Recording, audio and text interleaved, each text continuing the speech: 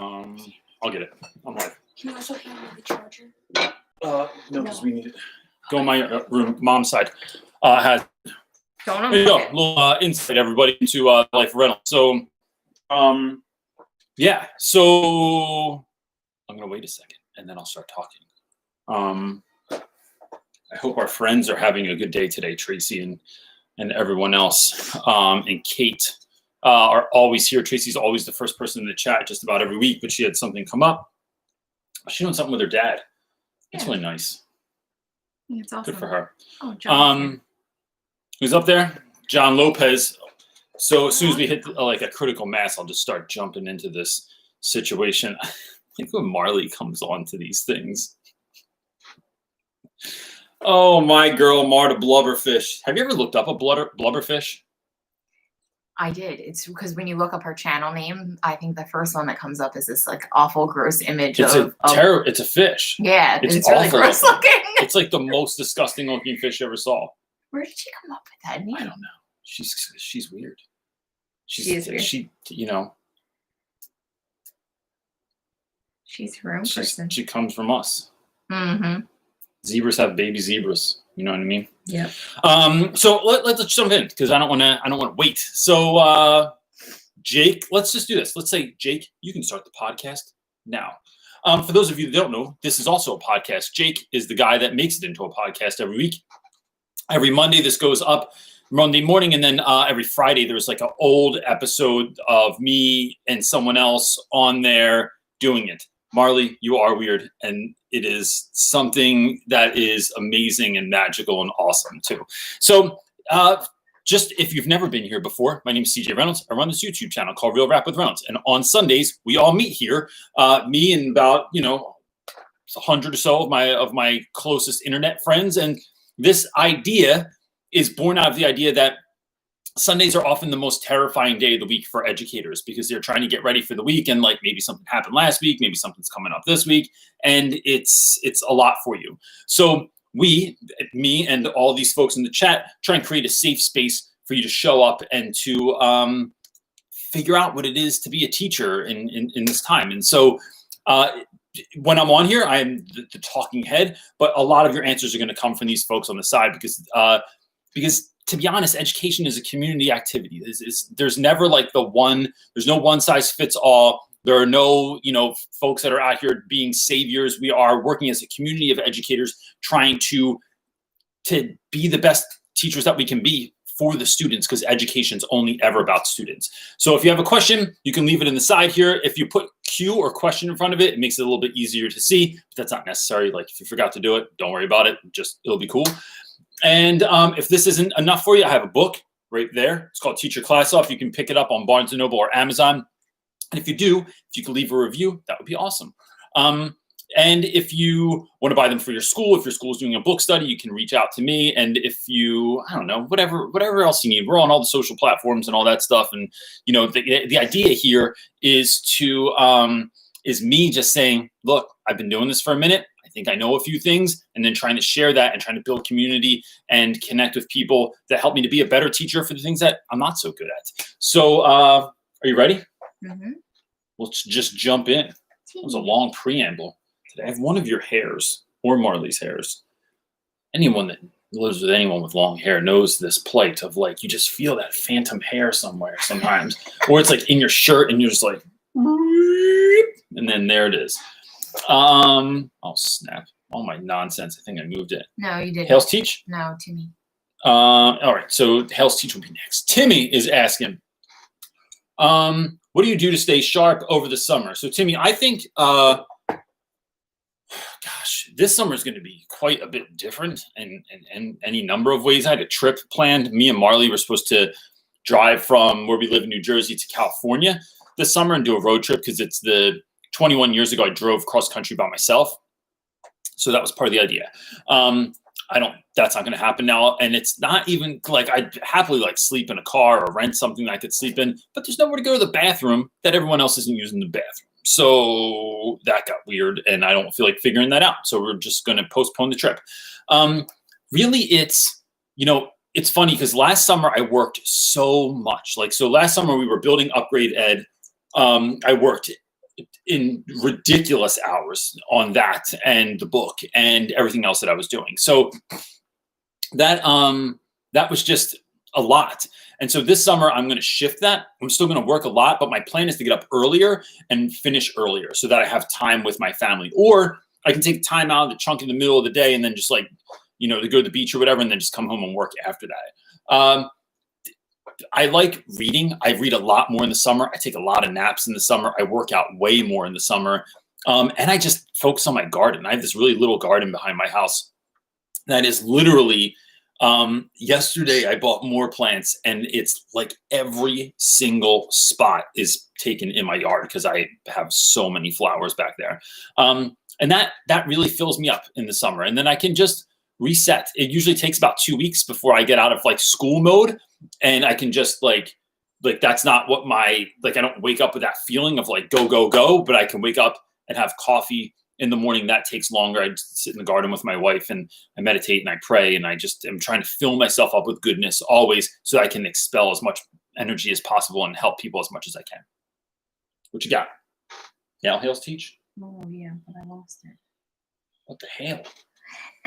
Oh. Did you get it? Okay, cool. Hales teach. What's up, buddy? I haven't seen you in a while. Have you seen her in a while? I think so. I feel like we haven't. But I know that name. She said, "Hey, Reynolds, long time no see." Question: Do back this week? Any tips for maintaining well-being? Do back at school this week? Like, whoa. So if that's what you're speaking to, I just think the idea of going back. It's him. Hales teaches a dude. Why did I think it was a woman? I think we have someone else that's like, it's hard with screen names. Like we don't know everybody's name. Some people like Maisha, that's her name. But other people, it's like. I'm sorry that, my bad. Anyway. Well, I think going back is, I would literally go back if I had to go back to school tomorrow, like into the classroom or just back into teaching online, whatever. To me, it is school has no limits. There's no beginning and end. There's no getting all your work done. This is not a recipe, right? This is like you are going with the ebbs and flows of what your students need on a day-to-day basis and what the school might require of you. And so it is about saying no when that is the only option. When there's no more that you can give, or that you have reached your limit. Because when we don't do that, that's when people get sick all the time. That's when they're filled with anxiety. That's when they feel like they have no control over their lives or classrooms or their time because someone else is dictating that. So I think that it takes, there's a level of taking time that you need to help your students get reacclimated into what school culture could look like. And hopefully, getting rid of some of those processes or ideas that, that we had before. So, friend of mine on Twitter the other day was saying how he has moved his home office to like every conceivable location in his house. What did he say? He moved it like 9 times. 9 times in the past 2 months or something like that. And he said the idea that we put students in desks in rows every single day in the same spot and don't give them any room for movement or for choice is so preposterous. He's like, because I can't do work from the same exact spot for all those hours every single day. Like I have to keep moving and changing my location all the time. And I just think that that's such a great idea. So it's like, it's doing that. And then I would think going back with as much as you can muster, a positive sense or going back with a smile on your face is I think bringing joy into the workplace, especially during this time with all that's going on in the world of quarantine, is a good move. There's all kinds of other stuff going on in the news. And I want to get to speaking about that this evening, but I think that's something that I would tie into my first day back immediately anyway, but I don't want to stick on that just now. I am going to talk about that though. Mrs. N Physics said, what do you do over the summer to prepare for the next school year? Chill. That's what I do. Part of the great thing, Mrs. N, of doing YouTube is you're always reflecting. You're always thinking about education. You're always thinking about how you can do this better, how you could tweak it, how you could change it. I've actually thought about doing a video this summer about what have I learned after 4 years of doing YouTube. And because there's videos out there that don't I don't hold on to those ideals as much anymore. It's not that I think they're wrong, but I just have sort of like graduated from some of these ideas that I've put out there, and I do things just a little bit differently.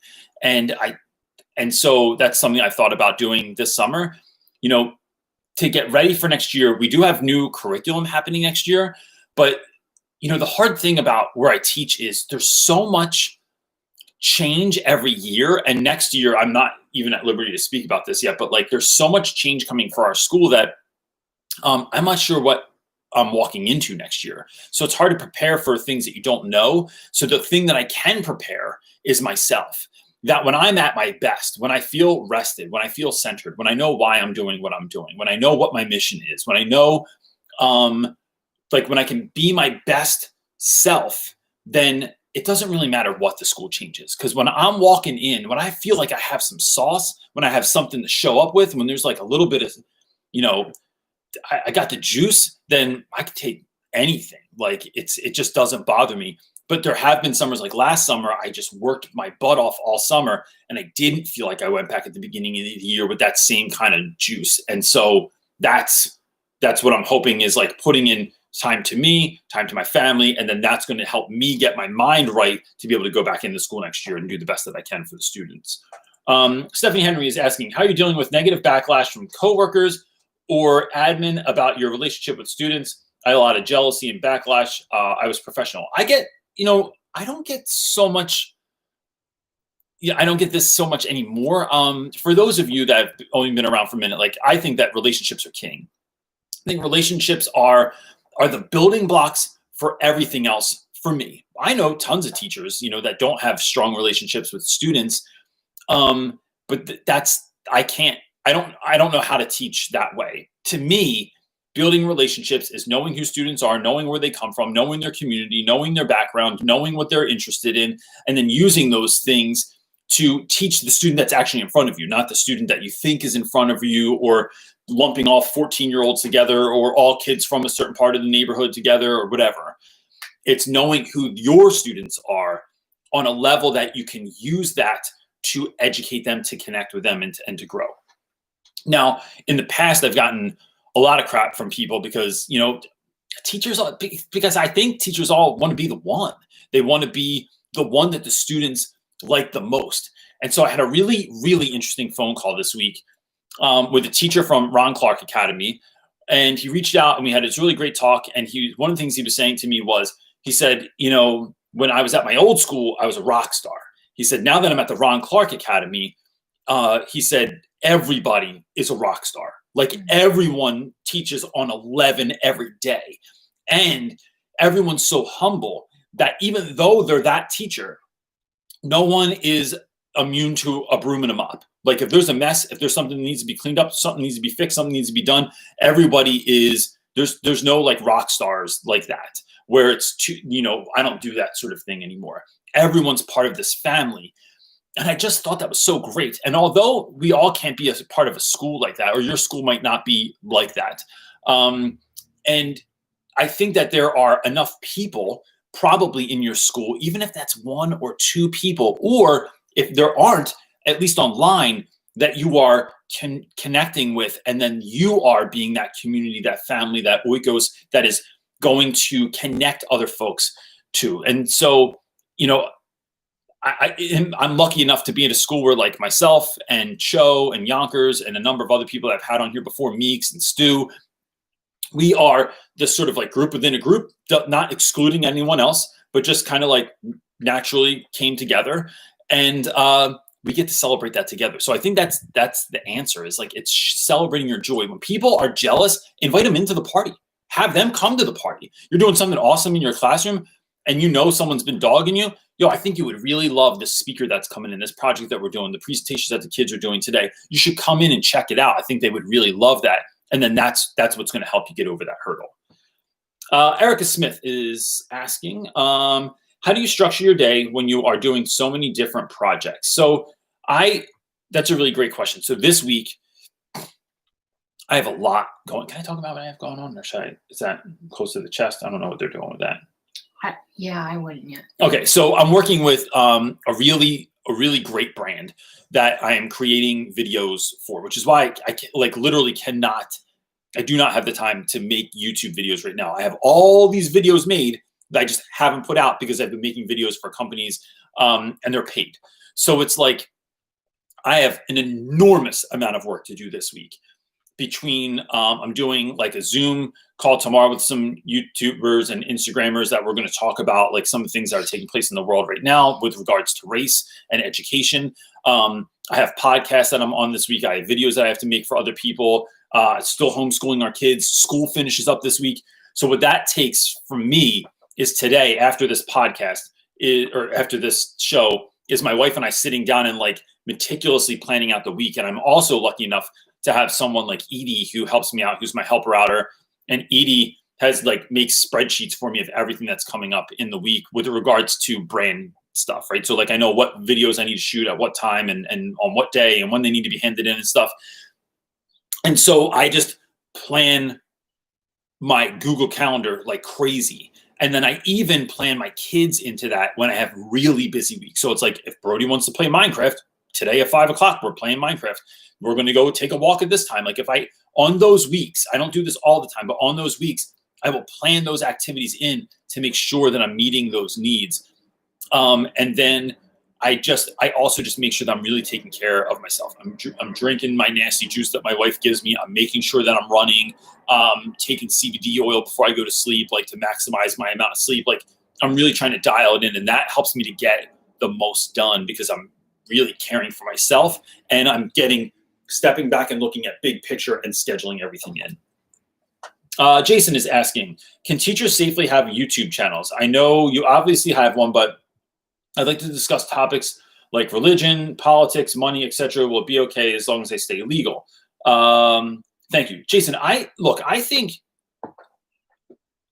any teacher can have a YouTube channel.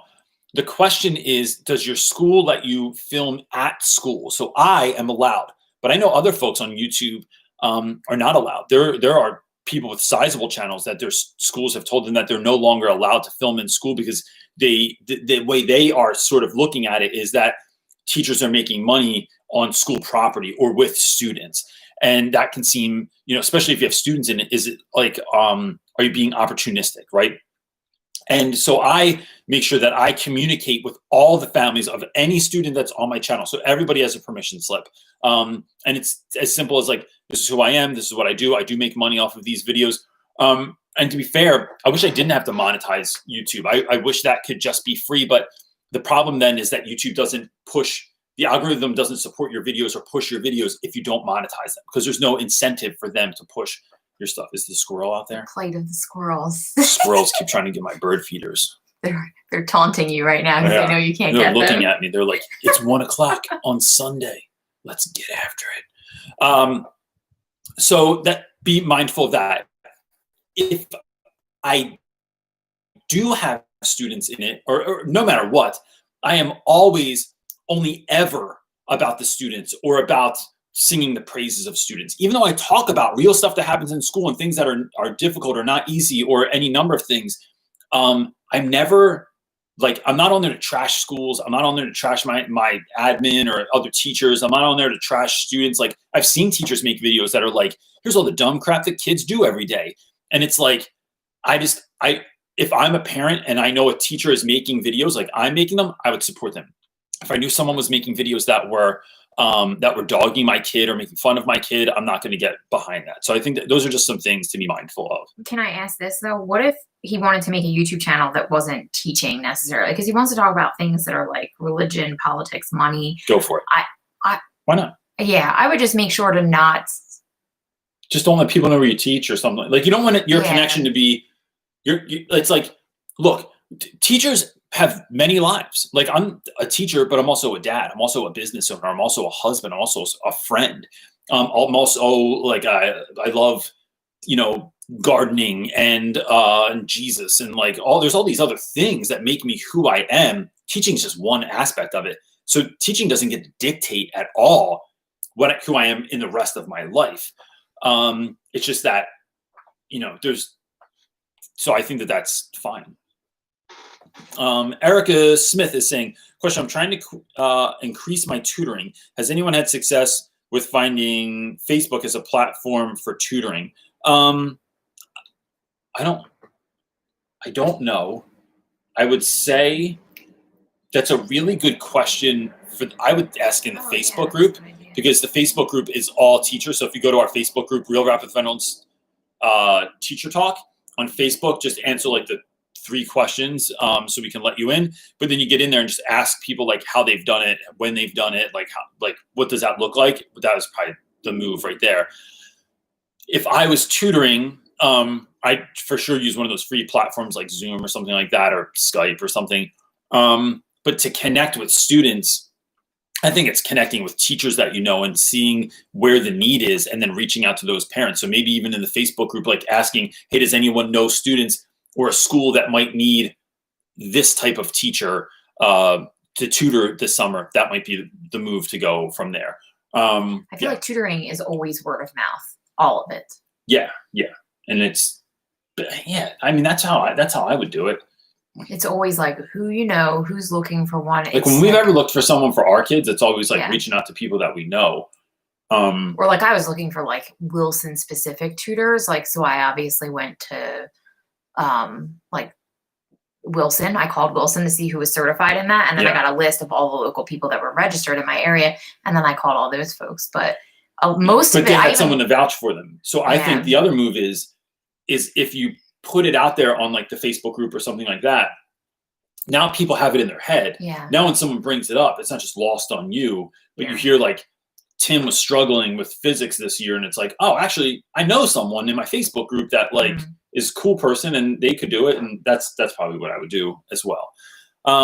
Brooke is asking, do you suggest first-year teachers avoid telling students it is their first year teaching? I was advised to lie to and make it seem like I've been teaching longer, but I don't like that idea of lying to students. Brooke, I never lie to students.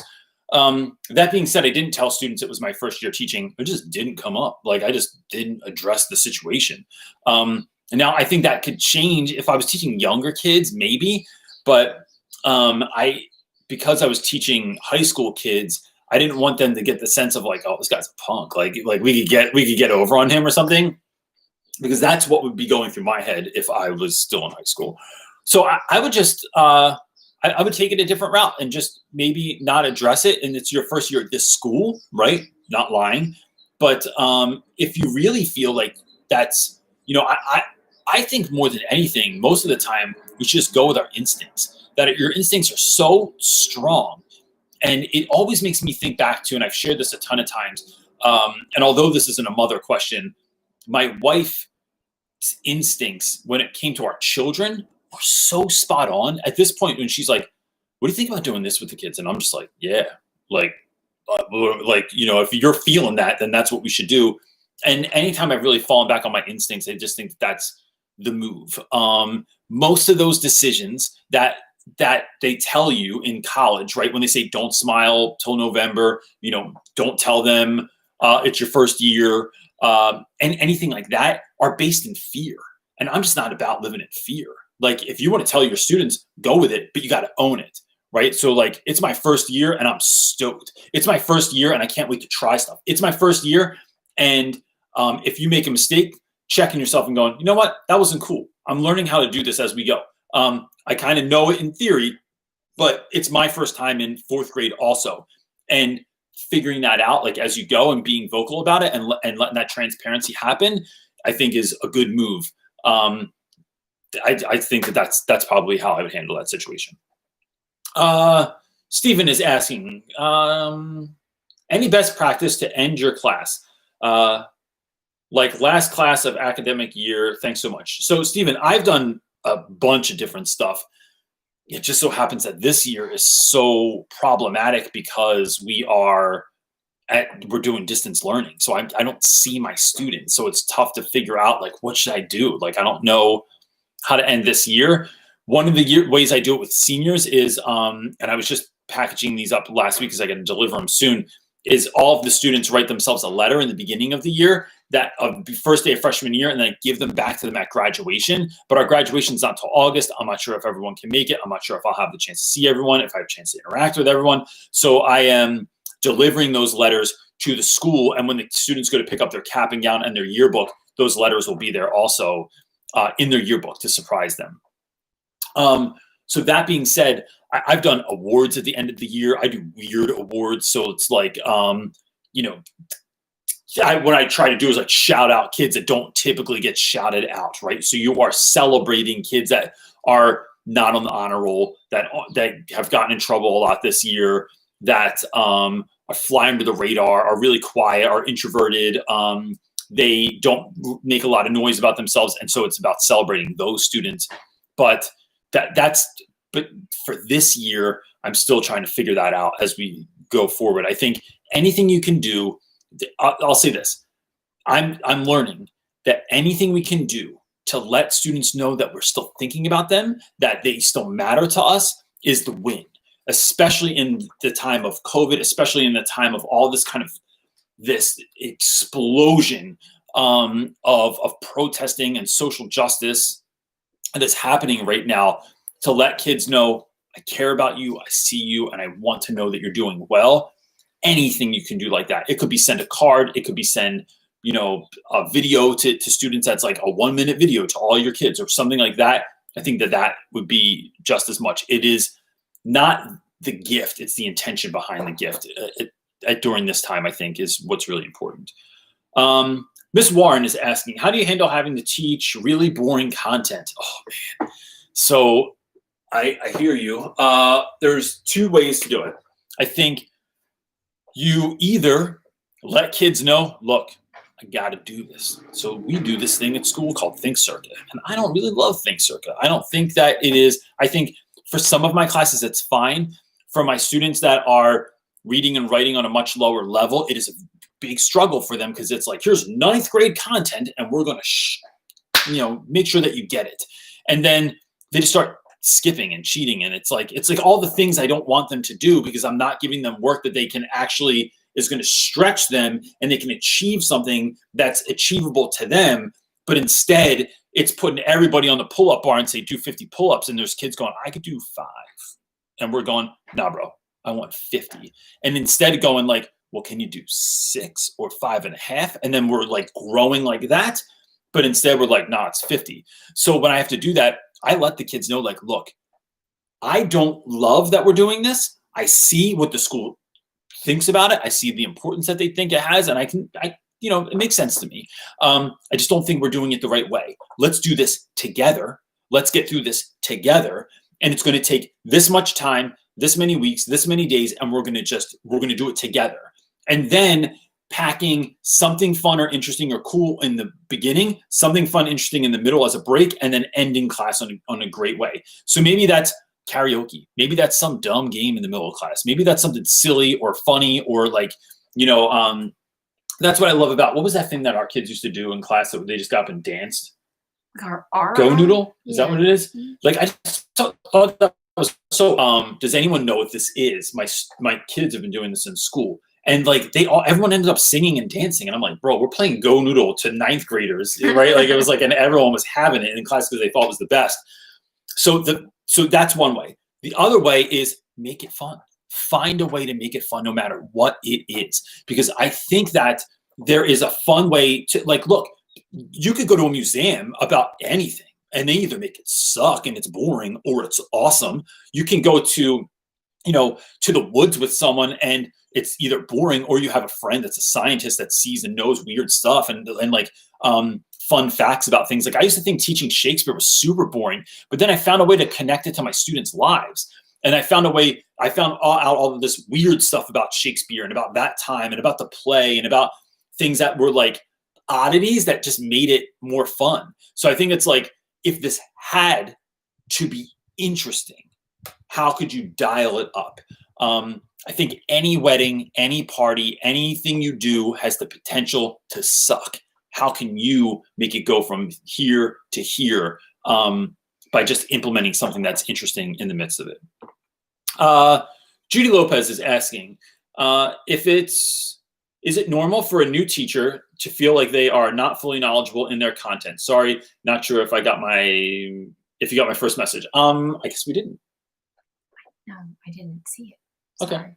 then this is perfect. Yeah. So Judy, I would say, yes, absolutely. There's tons of times that I don't know everything. Like, especially when we do the Odyssey, there's Greek mythology is such an enormous undertaking, and there's so many different views, and there's so many different books, and there's so much different stuff there that it's like, I equate it to biblical knowledge, right? Like, there's so much biblical knowledge that to show up and do a 5-week thing that I do, right? That it's not like we carry this out through the year. We do there's things that we're learning about, whether that's setting or plot or character development. Those things carry on through the year, but the Odyssey is the vehicle through which I teach a number of other things. So I don't know all of this stuff. So I just turn it on to kids and I let them know, like, that's a great idea. I want you to know, I don't know the answer to that. And I think what that does is, I've had classes before that thought I was dumb or like I wasn't as smart or like, how can you not know everything? You're the teacher. Like when you misspell something and the kids are like, what do you mean? You're an English teacher. And it's like, yeah, but I think I'm like secretly dyslexic and I'm a human being. And so I don't know, how to spell everything and I make mistakes.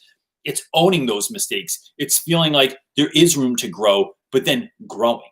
And letting the kids see that and saying like, hey, you asked me a question the other day about this. And I didn't know what the answer was, but I looked it up and it's actually really fascinating. Let's break it down. Or saying, I don't know the answer to that. I'll give you credit if you look it up though. And putting it on students and letting them, sort of navigate their own learning. And if you have a great question, ask. And then if we don't know the answer, let's figure it out. And I have a friend who has this. Colby Sharp has an Alexa in his room, and they ask that thing questions all the time when they're stuck. And so that's a really great, fun way to sort of like get kids curious, but then say, yeah, I don't always have the answers. Let's look this up together. So it's totally fine. I've been teaching for 15 years, and I feel like I'm constantly meeting teachers that know so much more than I do about any number of things that just kind of like make you feel like you shouldn't be doing this job. But it's knowing that this is a growing process for the rest of our lives, for always and forever. And so, especially if your content changes from year to year, like mine does, there's always room for growth. I like Chris Carson said, being imperfect is a gift to our students. It frees them to be imperfect. Well said. Microphone drop with Chris Carson, my buddy. I was trying to sound this out. It says, "Hey, I'm Erica," and I was like, "Hey, I'm Erica." And I was trying to like figure out like how that was a word. So Erica's asking, I'm studying to be a school counselor of middle school and high schoolers. Do you have any tips for gaining trust of students and encouraging them to come to me at the beginning of the school year? So I think, Erica, I think in my time as an educator, I've known really good school counselors, and I've known school counselors that have not done a good job at all. And I've actually done students a disservice in some ways. The people that always win are the people that keep it real and the people that are always around, right? I often liken this to family members, right? So I might have family members that, so my aunt Kath is one of my greatest mentors of my life. She was best friends with my mom growing up, and like my mom passed away, like really took me in and like lived with her for a while. And she is such a shining example of what it means to be a good human being to me. But she was always around. So when I had trouble growing up, like that relationship is so good now, because she was always around. She taught me to drive. She let me she made it a safe space to talk about things, and she never tried to like school me or diss me about anything. And so that built that relationship. I have tons of other family members that I love, that I care about. I'd never call them if I was going through something though. Like I've gone through any number of hardships in my life and not known who to talk to. I wouldn't go, who I'm going to call? Like Uncle so-and-so or Aunt so-and-so, or that like friend of the family. It's just being around a lot helps people they feel comfortable around you, because you're not always being a counselor. That being a counselor is building relationships. And what I mean by that is like, you're not being clinical, right? You're just, it's like, yo, what's up? How you doing? I really love that hoodie. Come here and talk to me about this band that's on your t-shirt. I don't know what that is. Love the new hat. Love the new hair. Let's talk about the Fortnite thing. Let's talk about the new Michael Jordan documentary. Let's talk about things you're interested in. So you're building that common bond. Or as my daughter would say, you're building trust, which is what she tries to do with the squirrels in my backyard, even though I hate them. And that's a whole nother topic. But when you're building that trust, that's going to make all the difference in the world. Andrew is asking, Mr. Reynolds, I got my first teaching job as a technology coordinator, computer teacher, math teacher. What are some advice you give me for your first year? Holy mackerel, Andrew, that's a lot of stuff, man. I think I have a bunch of videos on this on the YouTube channel, like from classroom management videos to what I do on my first day, what I do on my second day, advice for first year teachers. Those are all great videos to watch. I think if anything, I would tell you that one is to do not wait to be the teacher that you always wanted to be, right? Start from the jump. Don't let anybody say anything different. Don't play it safe. Don't wait till you have tenure, none of that stuff. Just get started right away and go into it with all the fire that you have inside of you. Two, realize that you don't know everything.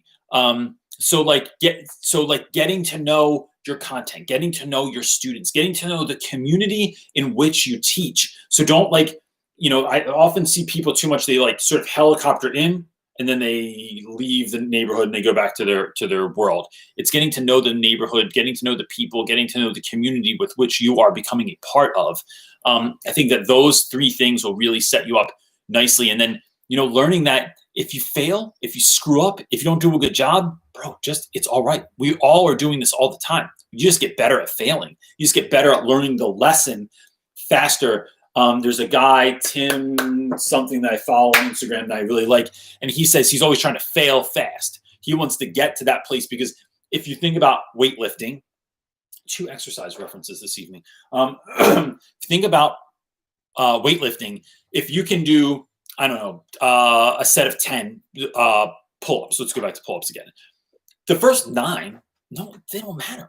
It's the only one that matters is when you are out of juice. You are trying to get your chin over that bar. You're wiggling your butt or holding your breath or whatever you're doing to just get your chin over the bar. That's when the growth happens in your muscles. It's not all the other stuff is just trying to hurry up and get you there. So the faster you fail, the faster you learn, the faster you grow. And so I think that is the move. Don't be afraid of failure. Embrace it, get after it, try it, and then learn from your mistakes and turn your class around after that. Best of luck, man. I hope that it's the greatest year you could ever hope for. And even if you don't do YouTube or have any plans of showing stuff, take a lot of pictures and record your thoughts and feelings. I really wish I had done more of that in my first year, and I have almost no pictures from my first year teaching. Got a question, dude? Yep. I'm really thirsty. Lots of talking. And running all of a sudden became a sweating activity in the last few days, where it's just like, because it went from spring to summer. It went from god awful winter, cold, gnarliness, and rain to hot and we feel like I live in the jungles of Vietnam all of a sudden. To hot, and I can't go shopping for summer clothes for my kids, so everybody's wearing random weird bits and pieces. Mark came down with those shorts on yesterday, and she's like, "I don't wear these shorts. They're really tight," and it was just like. Because you can't even you can't try stuff on the store. You can't make returns at most of the stores. So it's just I don't want to just feel it out. And I cannot shop if I cannot make returns, and my kids can't try stuff on. Yeah. All right. Are they out there? Oh, the Blue Jay. The Blue Jay's back. Are we becoming birders? We might be. We're birders. I just like saying the word. Our new YouTube channel. No. It's birding. Okay, answer. Real birding with Reynolds. Mr. James Pete is asking. I don't know why that's been so long to say that. Mr. James Pete is asking. The goal is to reach every single kid at some level. I think that I teach because of that drive. We all fail, though. Do you have some story you're willing to share about failing in the classroom with a kid, bro? I have a million of these stories, and then I have what I do with that. Let's see. In the last few years, I've had a number of students that have come to school that have had some sort of difficulty they were dealing with outside of school. And I have tried to, I see that behavior right away. Either it's you, because what happens is you show up to school with all of your feelings, with all of your anger, with all of your resentment, with all of your stuff, right? And then what happens when we do that, when even us, right, as educators, when you have all that in you, when you're not dealing with it, it overflows and other people catch your overflow. And so it's not that I'm always, my wife and I have had moments where like we've had arguments, but those arguments sometimes are the result of me being in a bad mood, and my bad mood overflows and my wife gets pissed off by it. It's not that I was in a bad mood. It wasn't I was initially mad at her. They're catching my overflow. So we catch students overflow all the time because young people often do not have the tools yet to know how to deal with the feelings that they're having inside. And I talked about this last week, I think, but in my book, I have this song from Mr. Rogers that's called "What Do You Do with the Mad That You Feel?" When you feel so mad, you can bite. And then Mr. Rogers goes through this scenario of like, well, what do you do? Like, do you pound clay? Do you run really fast? Do you bang some drums? Like, what are you doing that you can deal with this hurt?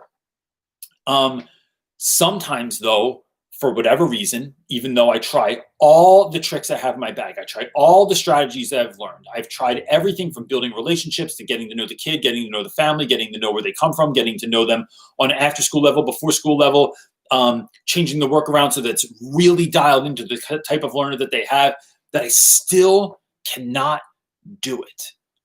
And what I need to remind myself of is this: we are not here to fix students. We are not here to fix every kid's issues. What we are what the most important thing is not even my message, right?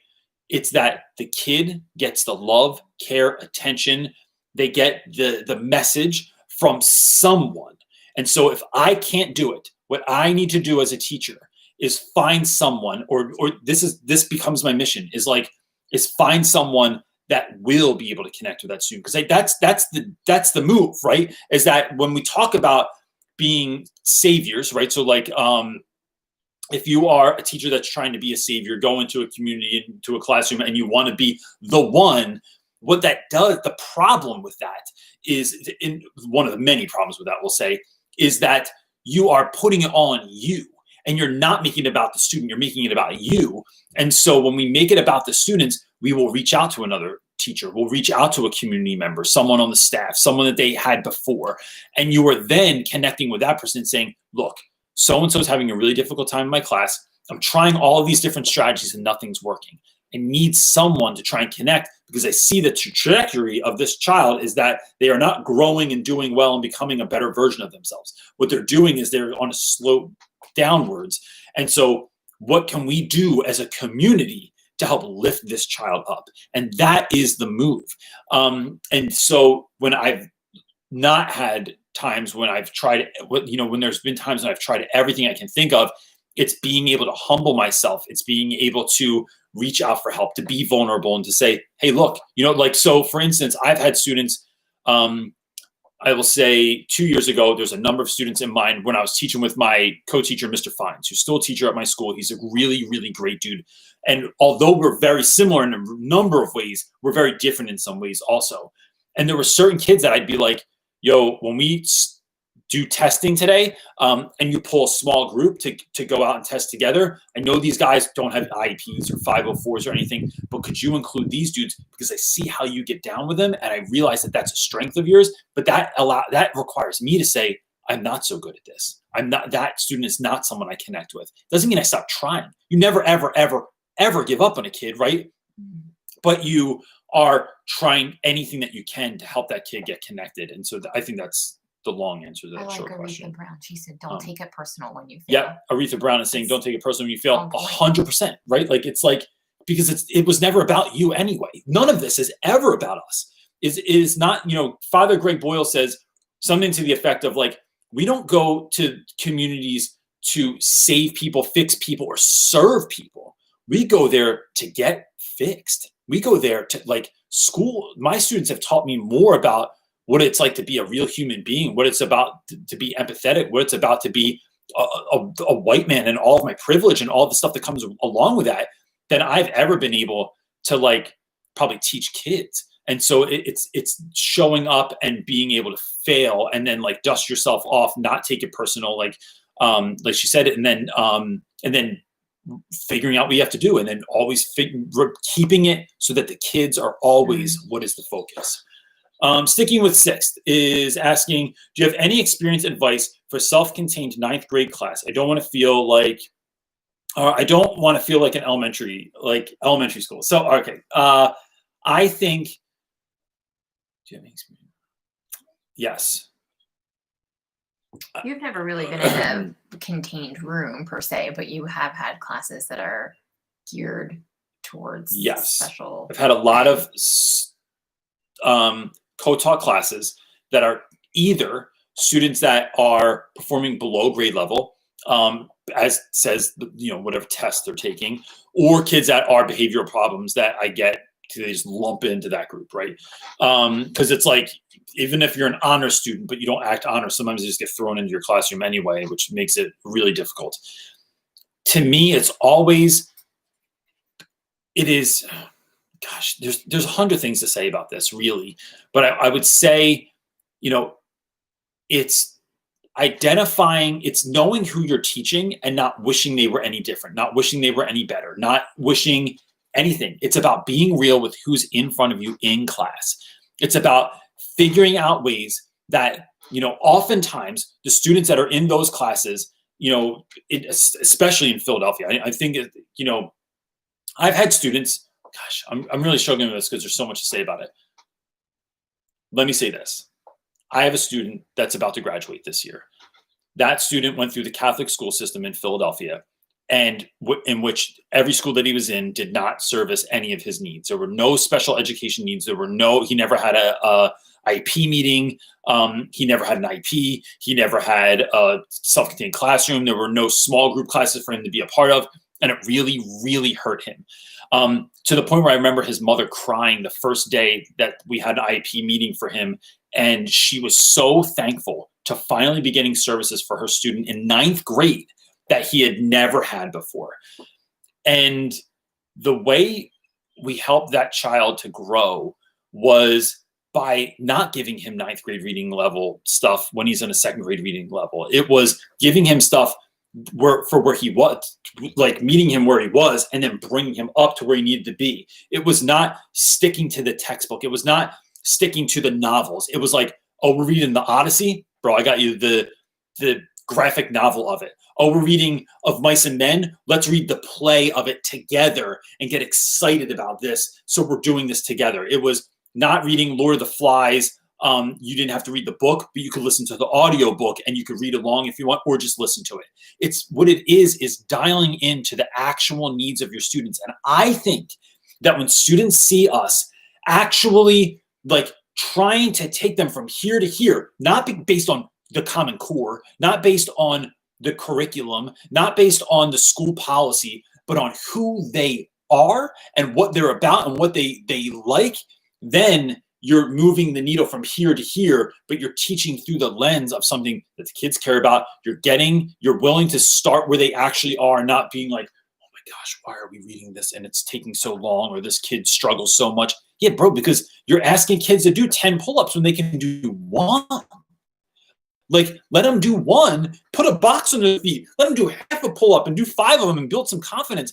Do some other things that are going to build up those muscles as well, and actually get them excited to show up to do the work, right? Like, it's creating such a buzz of excitement in your classroom because you're willing to do all these things that's going to really move the needle in a way that is going to astound you and your students. And then I think, like, being real with your students and also like and building those relationships is going to be what really makes that class something special. When we're somewhere special, we don't mind doing the work. If you've ever had a job where you've loved your boss, right? And not to equate teachers to bosses, but if you hold on one second, because I like this idea. If you have a boss, I'm thinking of Pam Samaro working at Flashback at the Echelon Mall. You would do anything for Pam. Pam could be like, I need you to clean. I need you to dust the bottom of every clothing rack. You were like, girl, I'll do it in half the time you think it's going to take me. Yeah. But if you have a boss that sucks, you're like, they could be like, would you mind ringing that customer? And you're like, ring the customer, I guess. Like, it's like everything's a drag. And so I just think that, a spoonful of sugar helps the medicine go down. Yeah. She said, I just want to clarify, it's not special needs or anything, just a small school. So it's just one teacher for all subjects. Even the same thing. I would say that rationale rings true for every student, every classroom, and every school all over the world. Yeah. My buddy Maisha is asking, question, to shift the mindset. I'm still getting stuck. Sorry, this is my ADD brain. I'm still getting stuck on the fact that Hales teaches a dude. Okay. I don't know why. Is it? Well, okay. We can talk about it later. Right. Keep going. I don't know what happened there. To shift the mindset for the moment, what has been a positive aspect of distance learning outside of the lax dress code that could possibly use in the future? Maisha, I feel like we found that we don't need to do, I think not every unit, and if I'm thinking in terms of my school and the way I teach, not every unit needs to be 5 weeks. Not everything needs to take 45 minutes a day. Not every class needs to happen every day. Not every, not all the work doesn't need to be in such a way that it's uniform for all of the students. I think one of the things I really grabbed was that technology can be a tool, but it is not a tool you just give to kids. It's a tool you work on together. I think I've contacted far more parents than I normally do, and that has been a tremendous help. And it's really, I think, also showed me that, the connection piece, the being in person, the being with students is so much more important than I really even real. Like, I know I preach it all the time, the importance of relationships. But man, my friend Shivy, if you go on Instagram, my friend, he goes by, don't call me Shivy if you go on Instagram. He makes great content. He said to me, he goes, schools are not just for students' minds. They're not just for educating students' minds. They are mind, body, and soul. Our students need us to be a safe space, to connect with their peers in a safe space, to eat, to actually get actual nourishment for their bodies, because they might not have food outside of that, to be somewhere that accepts them for who they are, and to be a place of consistency in their lives. And I just think that going back, I am so thankful to be going back at some point. I think it will feel great to be a part of that community again, and then really know that damn, I need you guys. I feel like I'm out on an island. I feel like I'm doing this by myself, even though we're texting and we're calling and we're Zooming and we're doing meetings online. It's not the same thing, but to be there with your friends, with your community, with that family, like you're all together going from here to here, man, I think that is going to be something that, I'm really feeling now, and it's going to feel so good when we get back into the classroom again, unless we have pool noodles coming off the top of our heads. What was your favorite thing that you could take from distance learning that you could continue in your classroom? I think, I think one, it's that technology piece. I think making the green screen videos was a great idea, and that I could actually do flipped classrooms like that, where kids are watching stuff on their own time coming into school, and then so I'm not doing lectures and stuff. It showed me that lectures don't have to be long.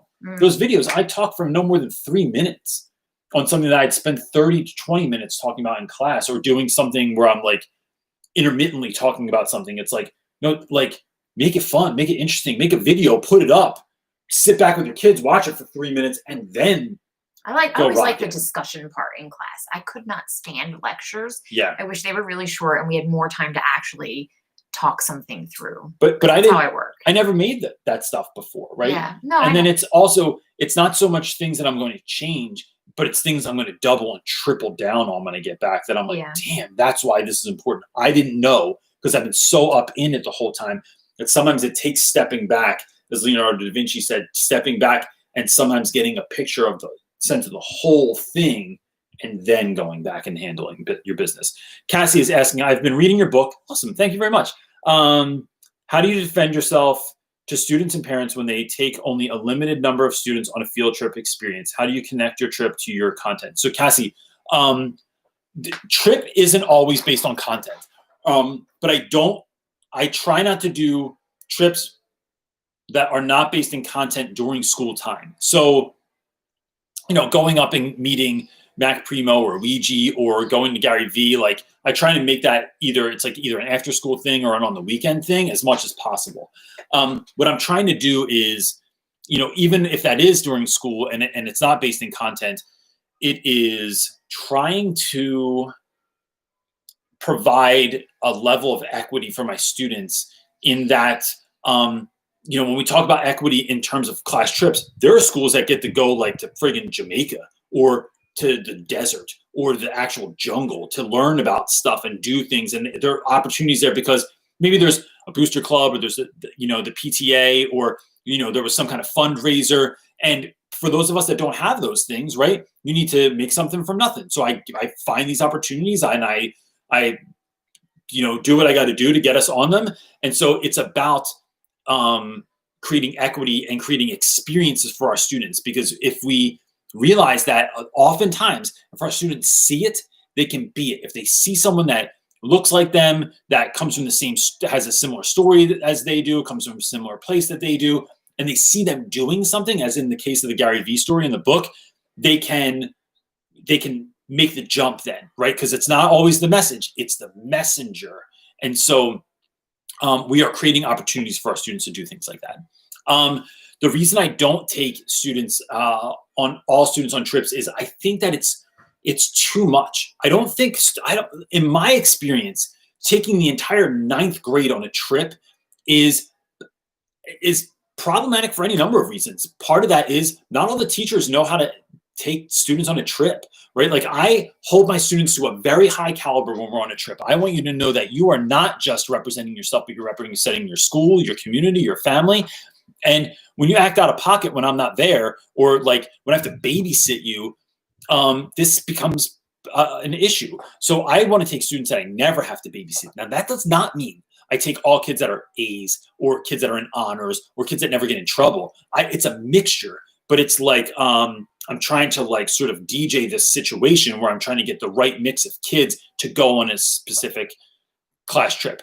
The other problem is not all class trips are conducive to whole groups or to huge groups. So this time I take this group of students. This time, so last year it was like if I'm going to Princeton to see a play, I take this group of students. If I'm going to, what's the other drawing we did last year? The locked in a room thing.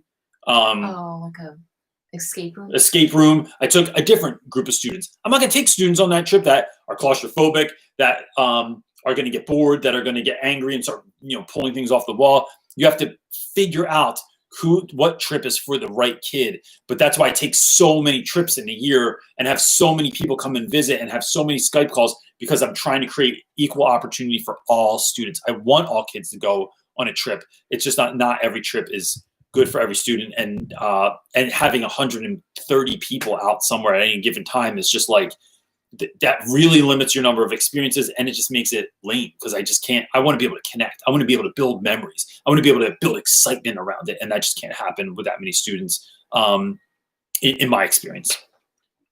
Mr. Tran is asking tips for noticing and focusing on good students and quiet ones in the midst of the troubled students. I think it is giving no student more time than they are allotted. So kids that are, problematic in class, like however we want to focus on that, right? Like maybe it's the kid that's crying out for attention. Maybe that's the kid that is always out of their seat, that's always talking, that's always doing whatever, right? And there's it's just remembering, first of all, that there's a reason behind that, right? No kid, I don't know if this is actually correct, but my sense is that no kid is like born bad, right? Or born rude. Those are learned behaviors. Figuring out the story behind that is going to help you to figure out that student. It's going to help with a lot of things. That's not the question being asked. What I think is also important is you can't constantly be putting water on this fire, because these other ones, although they do not look like infernos, are slow and burning also. And that is often because we are usually keeping all of our attention on students that are awesome or students that are like having the most difficulty in class. There's always someone in the middle that has no attention, no love, no care, no focus, because we are so busy going after these glaringly obvious needs for attention, and we're forgetting about other students. And it is me saying, nope, even though you're like, Mr. Rounds, Mr. Rounds, Mr. Rounds, Mr. Rounds, Mr. Rounds, it's like, nope, I need you to hold on a second, because I'm with someone right now. And then letting that kid know that they are important to you. And then that's just how I do it. I just decide that, nope, the idea of Rafe Esquith's book, Teach Like Your Hair on Fire, is he wants his hair caught on fire. Did you know the story? His hair caught on fire because he knew that this one girl, he wanted her to like be able to do this science project in class, and he was so intent on focusing on just this one kid that he knew needed this right now that he didn't even notice that his hair had actually caught on fire. And so that's what it's like. It's not like teaching your class off and going nuts all the time. It's like being that intently focused on students. And so I think that's how you do that. Jub is asking, how do we make being a teacher a more respected job in this country? When I tell people that I am in college for teaching, they assume that's because I dropped out of a harder degree. It's just so funny, right? It's like, but look, I think I think it might have been Dustin or somebody that we're friends with, like on Instagram. I don't remember who posted it, but they posted like a glacier, and it showed the top half was like relatively big, and like the thing that people thought that they said this is kind of like what teachers do, but really it's like this is what teachers do, and it shows the glacier under the water, and it's like this huge giant mountain, and it's like teachers do so much more than you actually even know or see. That is It was so interesting to me. That is beyond right. I don't even want to put a quantitative value on it. Is incredibly correct. I think, part of the issue is one, teachers are too busy doing work to make a name for themselves, right? Like, and so like there are a few of us that are on YouTube and stuff, but like even like, I've gotten called out on social media for like not answering someone's tweet or not saying something bad, like someone pushed back against something that I said or did, and they're like, but you're not answering back, you must be scared about it. And it's like, bro, I don't have time. I am trying to change the world. Like I'm trying, like, and that, like, again, goes back to everything else that I've said. I am trying to be a part of a community that is trying to help folks be the best version of themselves that they can be. Put them in opportunities, put them in classes, make classes engaging and as exciting, getting to know students so they can have an amazing day, an amazing class. I am teaching now distance learning. I work sometimes 13 to 14 hours a day. I don't have time to answer your tweet, bro, because I'm busy working. I'm like, when you're tweeting, I'm on the phone with kids and families and trying to make things happen for people that don't have food, that don't have access, that don't have internet, that are sad, that are lonely, that are depressed, and letting them know that they matter. I don't have time for you too. Like there's only so many limits, only so many things we can do. So to that end, I think there are a lot of teachers out there that are creating problems that make it look like we don't have kids going home from school being stoked about school. We have kids that are going home that hate school, that hate showing up, that hate the tests, they hate the classes, they hate the homework, they hate the way that school's taught, they hate the rows that they're made to sit in, told, as Anisimo Chikani says, speak when spoken to and then are never spoken to. And when we create schools that look like that, when students can't respect their teachers because they are doing what they do because of policy and not because of students, then we are creating this world of education, which unfortunately looks like something that is not respected. But I think when we dare to be the teachers that our students need, when we dare to think outside the box, to go 101%, to push the envelope, to be the teacher we always dreamed of being, when the folks like that are here, are showing up to do the work that we're showing up to do, like at 110%, then I think that's what ends up changing education. But that has to start on your very first day, or it has to start tomorrow, right? Like I'm not about this Harry Wong idea of, and I don't mean to diss Harry Wong. I don't know Harry Wong, but I do know that it said this in his book, something to the effect of like, if you don't do the first day right or the first week right, you have screwed your school year. I think that's nonsense. I think you can have a drinking problem until you're 50, get your stuff together, and have a beautiful life after that. I think teaching is the same way. I think you can screw it up for a long time and do everything wrong, and then decide one day this is about the kids. You can decide one day you're going to make school fun no matter what. And when you do that, when you make that shift, it changes everything. And so that's what I would, I think that teachers like this, right? Like Seth Godin says, people like us do things like this. When you get people excited about that, I think it starts turning culture naturally. But, unfortunately, we also have things like tenure that locks people in, that are handing out friggin' worksheets every day, and they are terrible at their job, and they're doing the students and their communities a disservice because they don't really want to actually teach. They just are waiting to pensions 2 years away. Man, I'm dialing this thing in until I get there. And it's like, no, that's wrong, and it's doing the students a disservice. And I think that's part of how we get there. Wait, before you answer that, back to your question about the question that someone asked about field trips. She asked a follow-up. She said, how do you justify your decision to students who didn't go? Because parents, if they question it. So I talk about it like this. I am never trying to single anyone out, and I'm never trying to not take you on something because I don't think that you're worth it, you're good enough. What I'm trying to do is create intimate, magical experiences for all students. And so my hope is that if I can take 10 class trips in a year and I have 100 students, I can take 10 on each class trip. And sometimes class trips can facilitate a whole lot more students. If I go to a play, I take 50 kids to a play, right? But I can't always take 50 kids to VaynerMedia. I can't take them to an art studio. I can't take them to an art opening. I can't take them to any number of other things. So it is, to me, it's letting folks know that, like, no, this one's not for your particular child.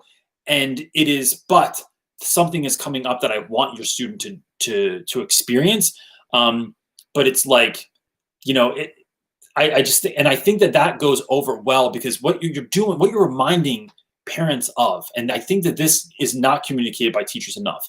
It's maybe implied, it's maybe hoped that the parents get it, but it is really letting parents know, I love my job. I care deeply about your child, and I only want what is absolutely best for them from the bottom of my heart, right? Like, I'll do anything to help your kid grow into the human and be sort of like an aid to them, a coach to them, to try and help them get to where I know they can be.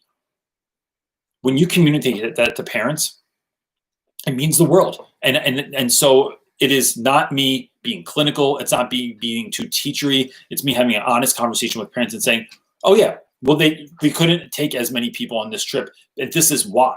But who's your child? Steven, listen, I know Steven loves this, and I have not told him about this yet because I want to make sure it goes through. But I know that this thing's coming up, and I know he would love this, and I'm only able to take 10 to 20 students on that. So I think that is something I would love for him to be a part of. And so that's kind of how this year is going to roll out, the end. And I just think that those kind of conversations with parents, human to human, right, not authority to parent, go a lot better. And it's a way of communicating with people like they're actual human beings and explaining to them really why you're doing it, because you're doing it because you're focused on students and not focused on making everything fair. Because there's just not enough for that all the time. What you got, dude? Last question. Last question, then I want to address something real quick too. So don't jump off.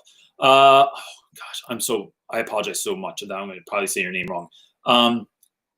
Manoek, Manoek. I really apologize. I'm terrible with names, especially if there's a lot of vowels. It's my weak point, one of the many. What do you do when students copy work for a grade from another student? Instant one or second chance. Everything is a conversation. Everything is a learning experience. If I have someone that cheats, they get a 0, right? I tell everyone this in my class. I'm all about if you don't do well, you can do better. Awesome. If you flat out cheat, we got an issue. So you get a 0. I call home. There's a write-up, all that regular nonsense.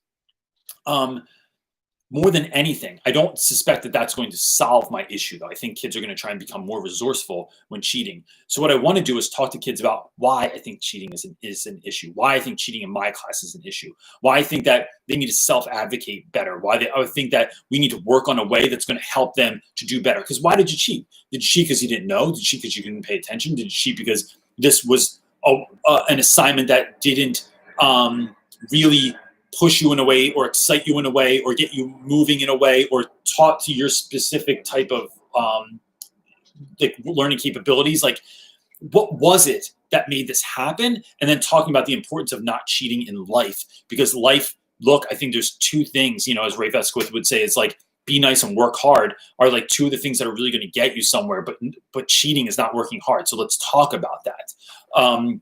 And I think it's those conversations. If it happened more than once, for me, those of you that have watched my content before know that I have a friend, Cho, at school.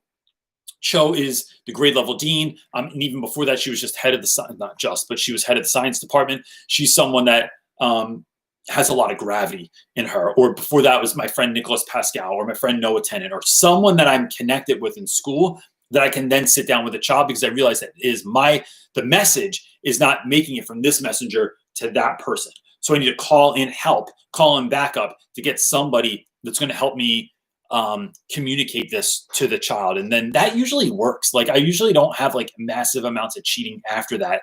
And if I do, then we take it to the next level. We call home, we have a school meeting, we do whatever we got to do. But I always try and keep it human to human first and not let like just policy get in the way. And each student's different because you don't know what their story is and you want to find out what it is. Why did you cheat? We can assume that kids are just lazy, they don't want to do the work, but we don't really know. So it's about finding that out and having that conversation first and helping students figure that out, and then finding out what that issue is and trying to make a bridge from the issue to the solution so that the kid doesn't feel like that's their only option. Is that it? Okay. Real quick, I want to address something really fast that I think is important. I'm not going to spend a lot of time on it, but I don't want this to go by because I do have a social platform, and I thought it would come up in a question at some point, and it hasn't, and so I was just sort of letting it organically go. I didn't mean to hold it to the end. With all that's going on right now, especially with regards to George Floyd's death and to the outcry of attention and all the protests that are happening right now. I want to address this because I think that if you have folks' attention and you're on a social platform, if you're not doing that, you're doing people a disservice, right? The reason you take it to the streets is to get attention, right? But not everyone's on the streets, especially in times of quarantine, right? But where are they? They're on social media. I do want to say that if your students talk about this, I don't know what your school's policy is, but I can just say how I plan on addressing this with my students, or I have in the past when there's been something similar that has happened. It's particularly an issue between a police officer and anyone of color. In those times, I often do not have answers for my students. I don't know enough. I try to educate myself. I try and put myself around people that do know. I try and get information and advice from them. But I have found, by and large, in times of tragedy, where there is some sort of trauma that has happened, it is creating safe spaces for our students to talk about these things, creating safe spaces for students to voice their opinion and without feeling that they are going to be judged or criticized or downplayed, creating safe spaces where one student can talk at a time, so that they're actually heard, that someone else doesn't get overzealous and try and crush their argument or say, this is, what you're saying goes against my morals or my values or whatever. But it is literally, we are creating safe space to, one, let students know that they're important, that their opinion is important, that their story is important. It is two, it is teaching students how to have civil discourse, to listen to someone else and fully understand where they're coming from before you shoot back. And this is something that I've learned in my life is just such a great idea, because you're understanding fully where someone's coming from. And back to that feeling, the idea before of like when we don't allow students or people in general to say how they think, what they feel, and not damn them for them, not demonize them for them, then things tend to escalate and blow up. What is happening right now is my opinion, right? On the streets of America, and I don't know if it's happening outside of America right now, but what's happening in America is no different than having a student that comes to your class that is clearly angry, that's clearly frustrated, that is at a boiling point, and then they punch someone, or they throw something, or they curse you out, or they do something that's completely out of pocket. If you saw it coming and didn't address it, it's trying to create spaces for those students to be able to say, do you need a walk? Do you need to come talk to me in the hallway? How about we have lunch together today? Let's figure this out together. And so I think it's creating spaces where we're teaching young people how to do that, how to deal with their feelings, how to deal with their hurt, how to make change, right? Like how to get, like several years ago, not to keep this on too long, but like when I have a friend that teaches at what is the school in Florida that had the school shooting? Stoneman Douglas, something. No. Where 5'1's from? Yeah, I thought that was her school. Oh, whatever. When the school shooting happened in Florida several years ago, and I have a friend on YouTube. She goes by 5'1" teacher. That was a teacher there.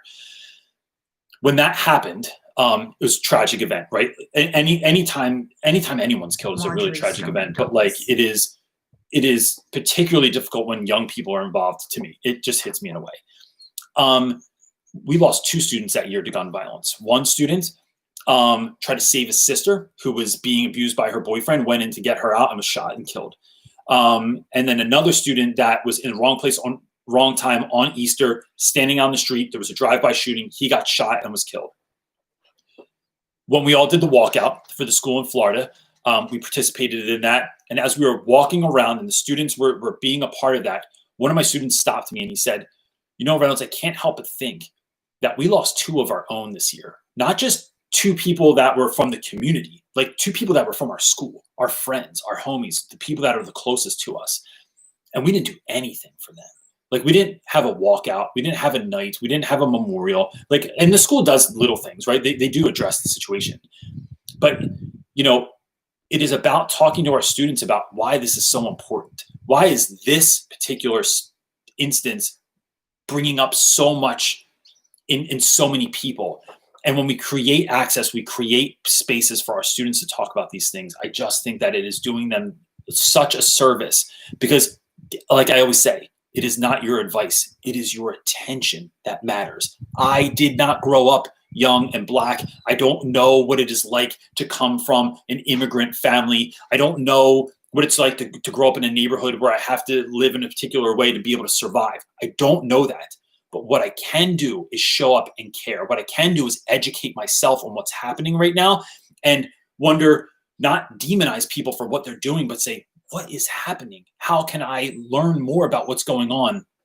Put yourself in conversations with people. So that's something that I'm just thinking of and I just think needs to be said. And that's, look, I'm not educated on this stuff. Like I don't know as much as I should. I'm not, you know, I don't have a doctorate. I don't have a master's even.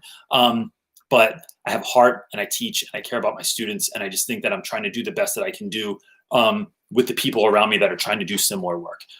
That's it, everybody. And that's how we're going to end it this week. If I can do anything for you, if you're interested in talking about that more, hit me up and I'd be happy to do that. And that's it. Peace.